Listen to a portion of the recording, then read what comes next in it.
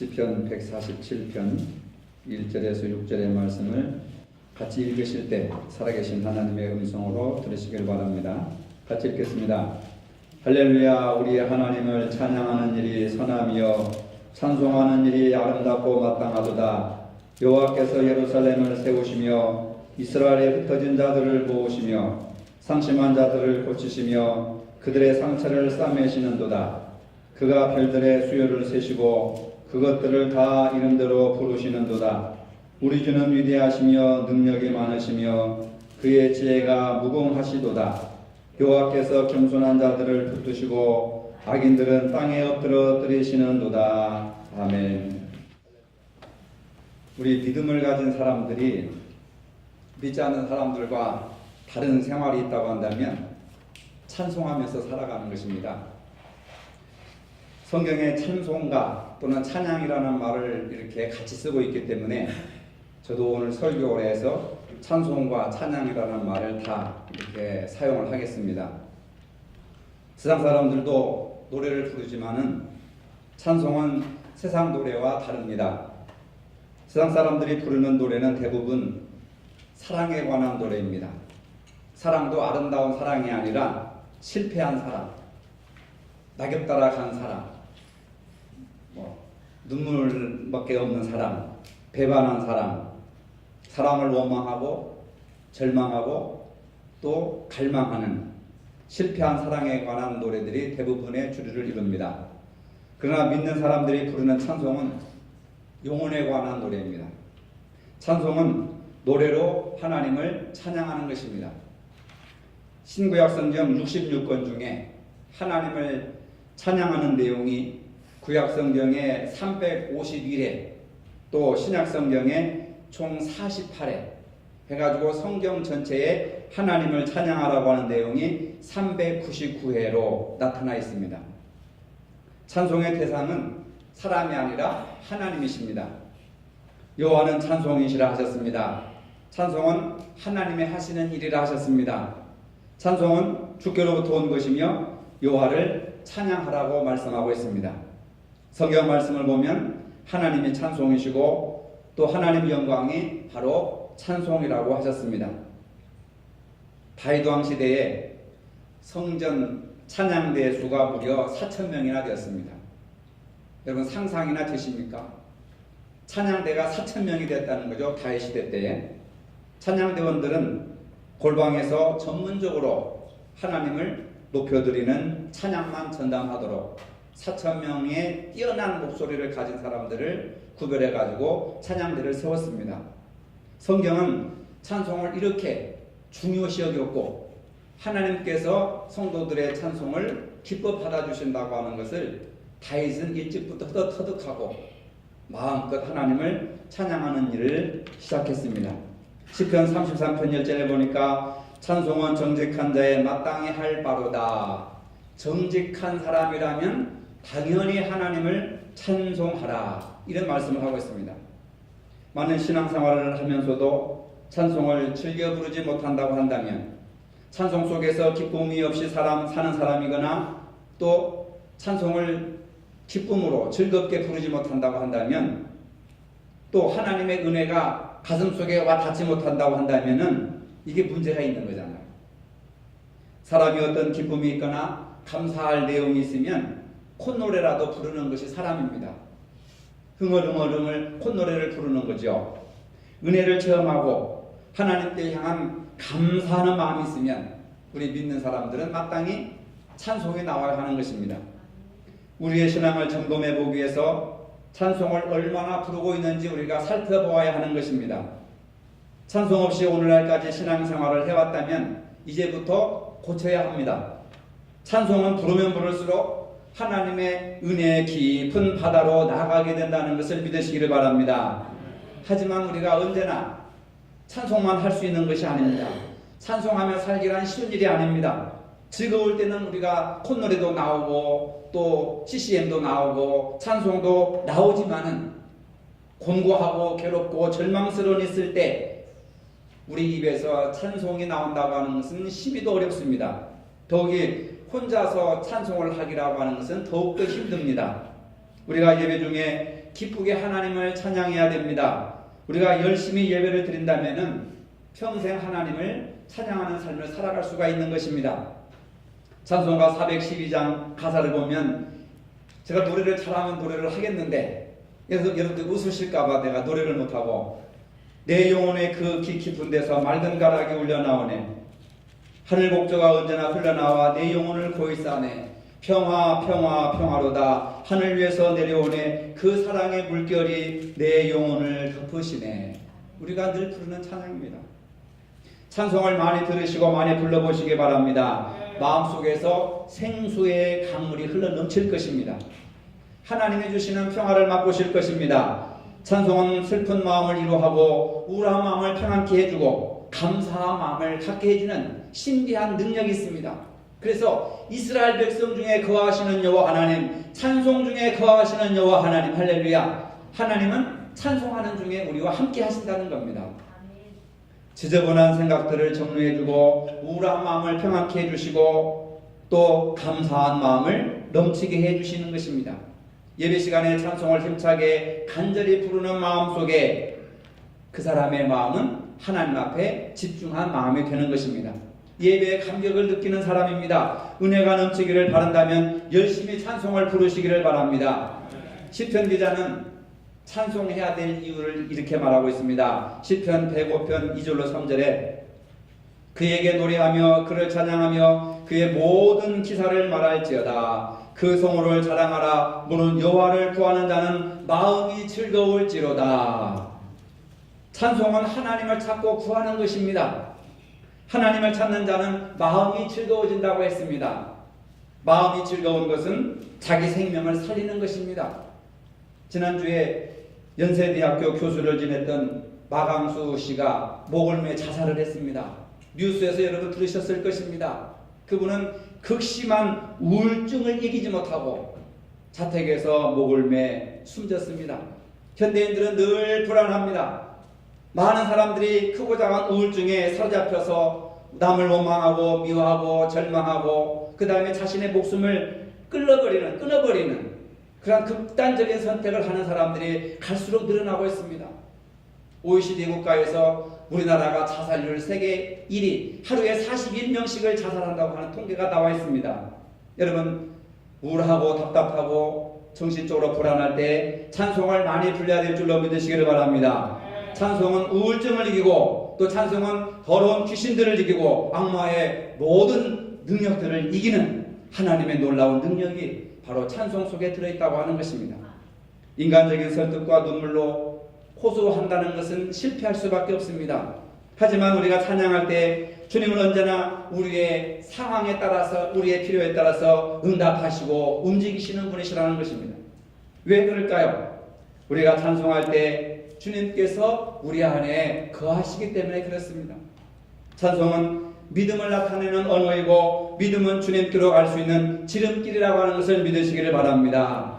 우리는 어디에 있든지 무슨 자리에 있든지 하나님을 찬양할 수 있습니다.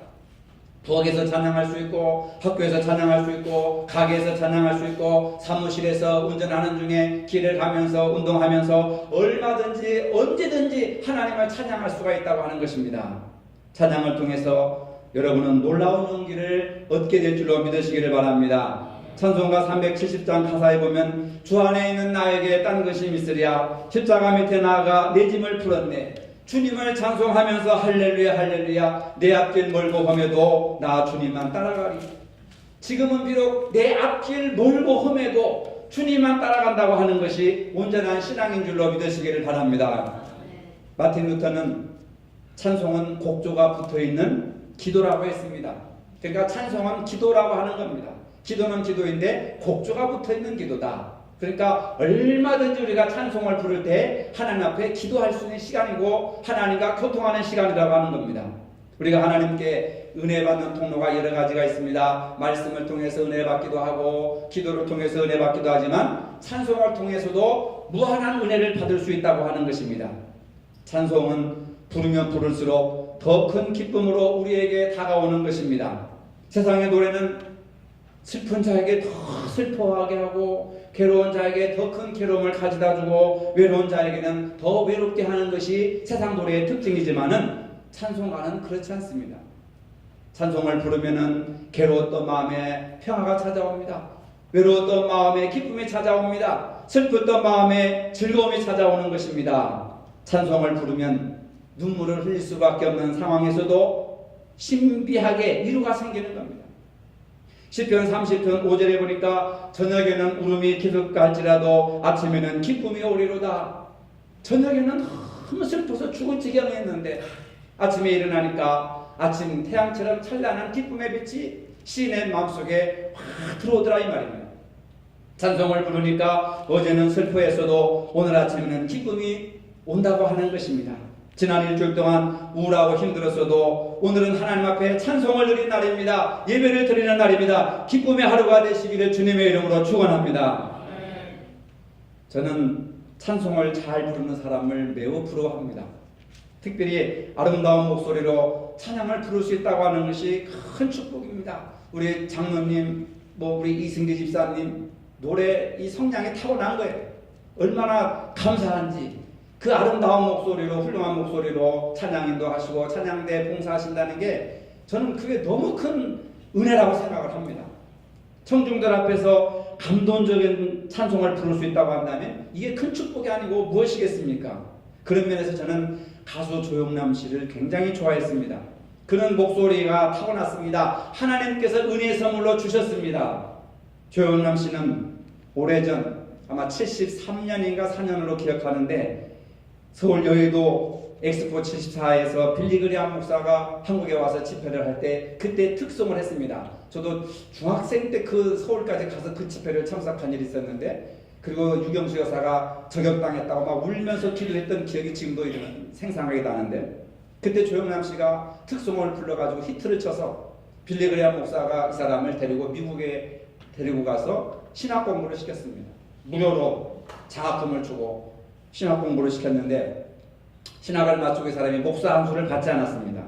만약 그가 목사가 되어서 찬송을 불러왔다면 더 많은 영혼들을 주님께로 인도하였을 것입니다. 그러나 안타깝게도 세상 노래만 부르다가 결국은 2번 이혼 경력과 파산을 하고 최근에는 그림 위작 사건에 연루돼서 재판을 받고 연애 인생을 마감하게 되었습니다.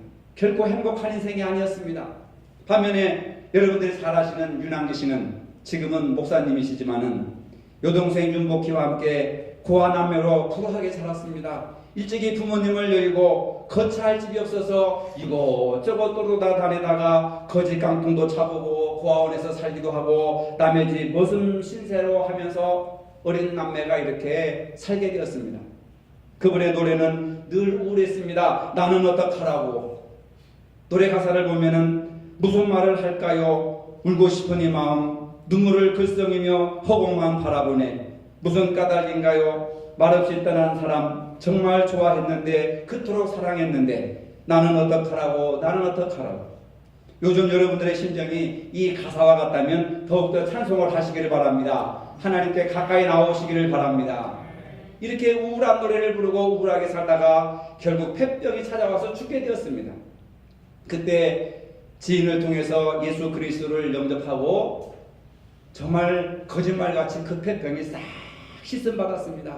믿음 생활을 열심히 하기 시작했습니다. 그때부터 노래가 달라지기 시작합니다. 나는 행복합니다. 나는 행복합니다. 나는 행복합니다. 정말 정말 행복합니다. 이런 노래를 많이 불렀습니다.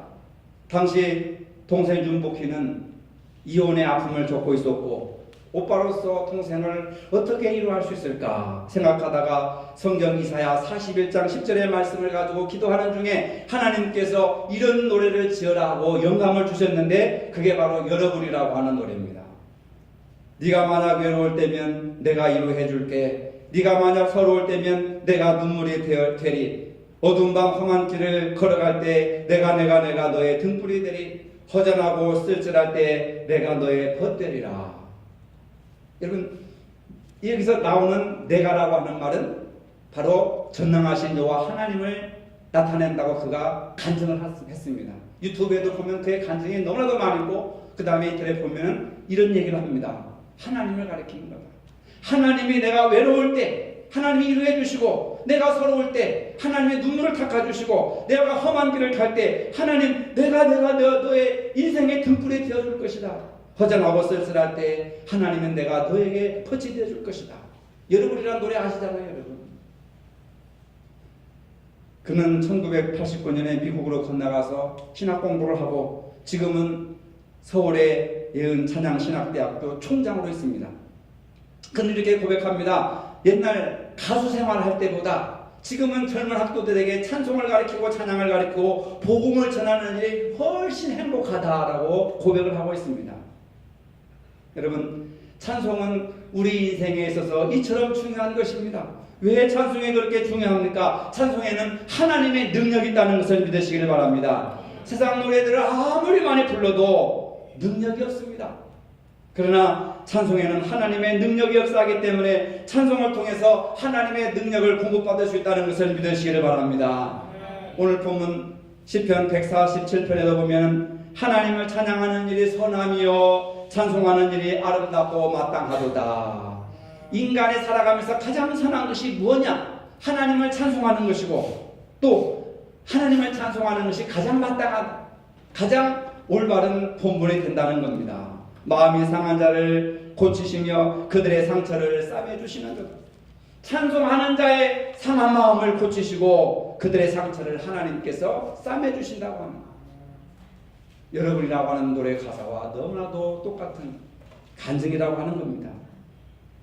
시인은 이스라엘 회복이 자신들의 노력에 의해서 이루어진 것이 아니라 하나님의 한량없는 은혜 때문이라고 고백하고 있는 겁니다. 바울도 고린도전서 15장 10절에 나의 나 된 것은 하나님의 은혜로 된 것이니 내가 모든 사도보다 더 많이 복음을 위해서 수고하였으나 이것은 내가 한 것이 아니요 오직 나와 함께 하신 하나님의 은혜로 된 것이라. 할렐루야.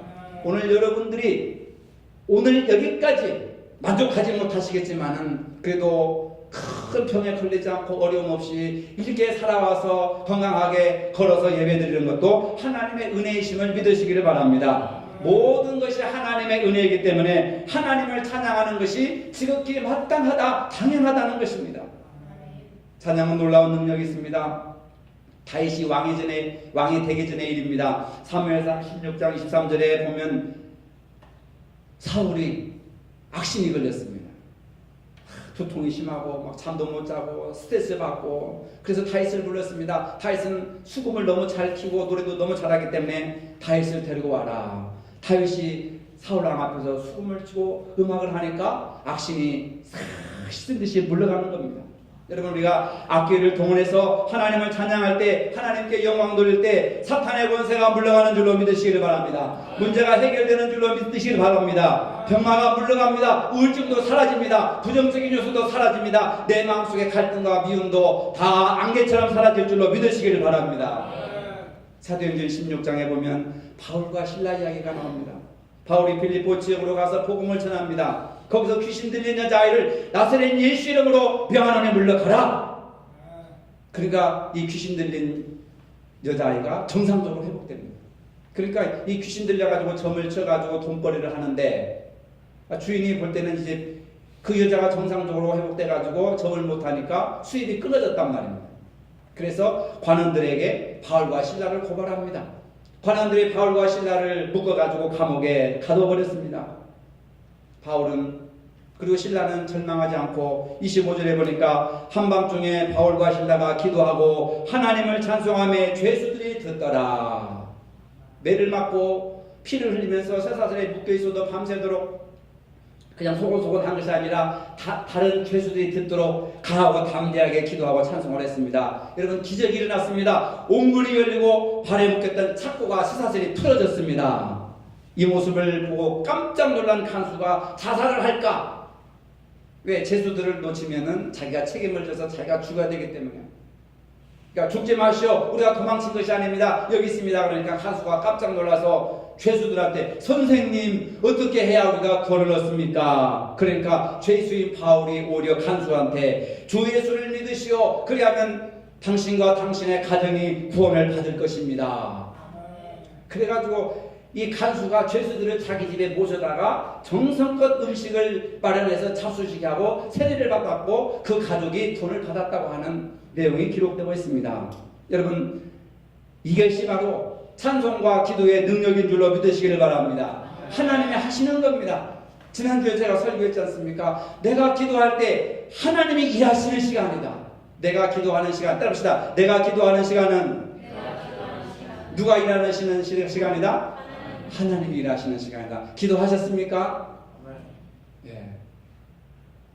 찬송가 오른쪽에 보면은, 왼쪽에 보면은 찬송가를 펴보세요. 왼쪽에 노래 제목이 있고 391장 한번 펴보시면은 많지만은 왼쪽에 보면 F.J. 크로스비라고 하는 사람이 있습니다. 작사를 한 사람 이름이에요. 자, 이제 저를 쳐다보세요. 네. 이것을 알고 찬송을 부르면 은혜가 배가 되는 겁니다. 이 화니 J. 크로스비라고 하는 사람과 존 뉴턴이라고 하는 사람이 찬송 중에 가장 많은 작사를 한 사람인데, 이 크로스비라고 하는 여자는 시각장애자였습니다. 앞을 못 보는 장님이었습니다. 어렸을 때 눈이 아파가지고 안약을 잘못 사용해서 앞을 보지 못하는 시각장애인이었습니다. 그러나 육신의 눈이 감겨졌으나 영혼의 눈이 밝아져서 많은 은혜로운 찬송을 작사를 했습니다. 532장 주께로 한 걸음씩 왜 가지 않느냐, 540장 주의 음성을 내가 들으니, 531장 자비한 주께서 부르시네, 380장 나의 생명 되신 주 주님 앞에 나아갑니다. 또 384장 나의 갈 길 다가도록, 391장 오 놀라운 구세주. 이게 전부 크루스비라고 하는 사람이 다 작사한 거예요. 눈도 못 뜨는 장님이. 여러분, 하나님의 은혜는요, 많이 배웠다고 잘났다고 똑똑하다고 뭐 능력 있다고 쓰는 것이 아니고 그 중심을 보신다 그 말입니다.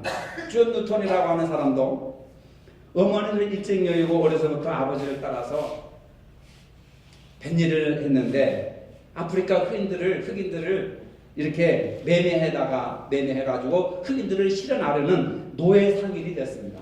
그건 사람이 할 일이 아니에요. 짐승보다도 못한 것이 노예들을 사가지고 주인들한테 실다주고 운반해주는 돈을 받는 그런 아주 나쁜 그런 일을 했던 사람이에요. 존 뉴턴이라고 하는 사람이 회개한 후에 얼마나 많은 찬송을 작사했는지요. 대표적인 찬송이 305장 나 같은 죄인 살리신 주은혜 놀라움, 어메이징 그레이스라고 하는 걸 있잖아요. 그 노래를 만든 사람이 이 존 뉴턴이라고 하는 사람입니다.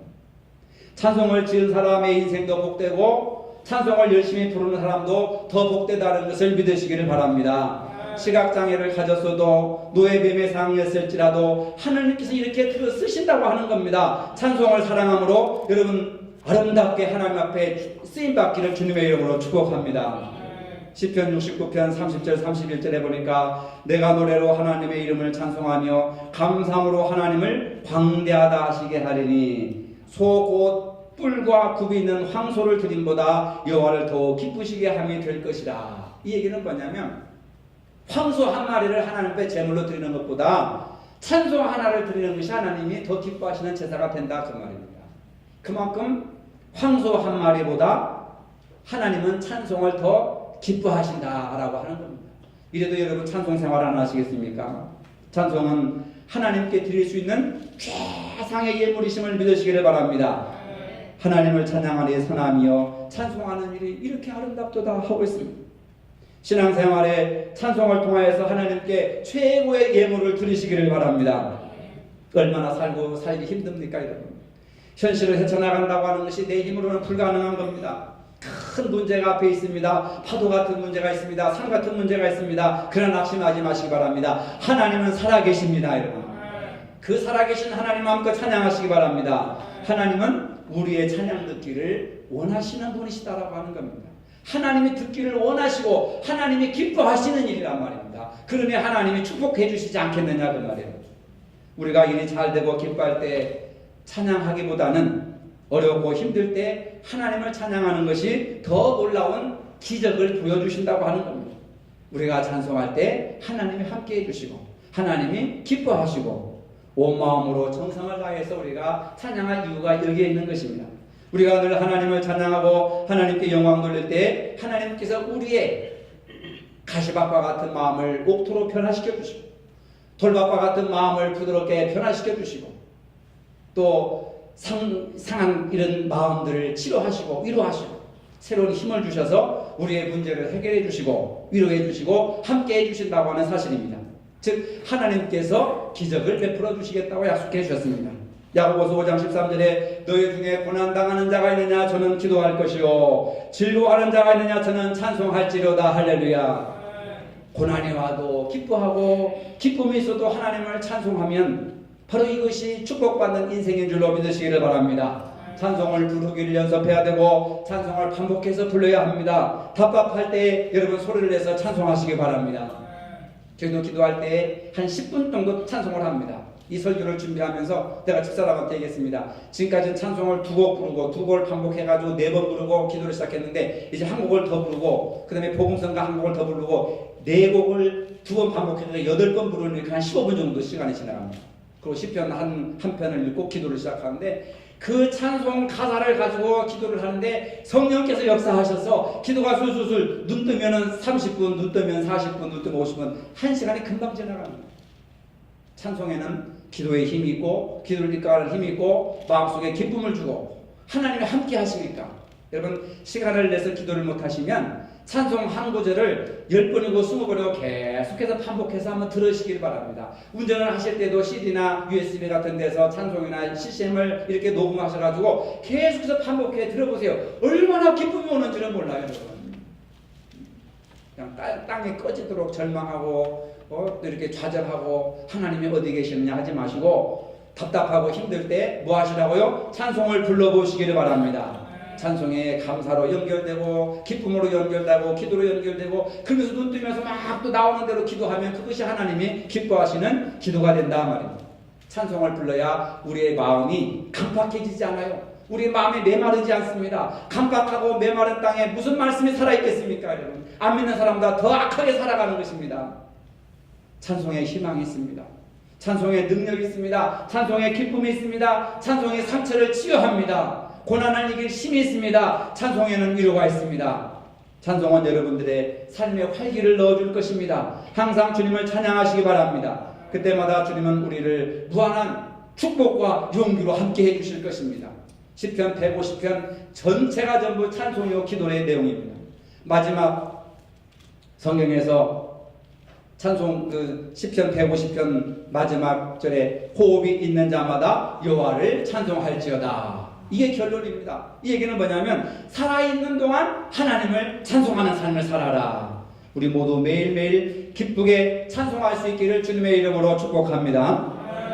거룩하신 하나님, 답답하고 괴로울 때 이젠 좌절하고 절망하고 눈물 흘리지 말고 나 혼자 괴롭고 외롭다고 웅크리지 말고 찬양하게 하시고 찬송하게 하여 주시옵소서. 찬송을 통해서 확신을 물러가게 하시고 문제를 해결하게 하시고 건강을 회복하게 하시고 미움과 또한 갈등이 사라지게 하시고 악신을 물러가게 하시고 우울증을 치료하시는 여호와 하나님 아버지, 찬송할 때 하나님 위로받고 힘을 얻고 치유가 되고 기쁨이 넘치는 삶을 체험할 수 있도록 은혜를 더하여 주시옵소서. 예수님의 이름으로 기도합니다. 아멘. 이제는 우리 주 예수 그리스도의 은혜와 하나님 아버지의 무한하신 사랑과 성령의 교통하심이 찬송은 선하고 아름다운 성도의 마땅한 모습임을 알고 평생 찬송하며 살기를 원하는 모든 성도들 머리 위에 이제로부터 영원토록 함께 하시기를 축원하옵나이다. 아멘.